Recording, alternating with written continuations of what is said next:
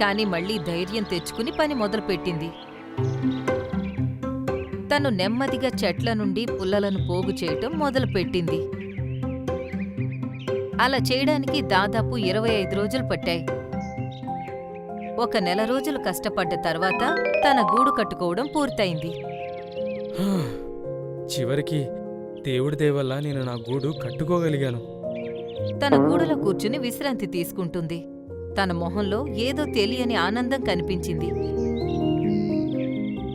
నెమ్మదిగా కొన్ని పక్షులు అలాగే జంతువులు తన దగ్గరకు వచ్చాయి.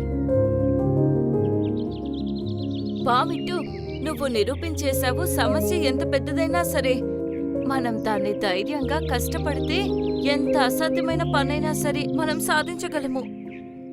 ఇలా పక్షులు జంతువులు అన్నీ తనని పొగడడం మొదలుపెట్టాయి. సాయంత్రంలోపు అన్నీ తమ తమ ఇళ్లకు వెళ్ళిపోయాయి.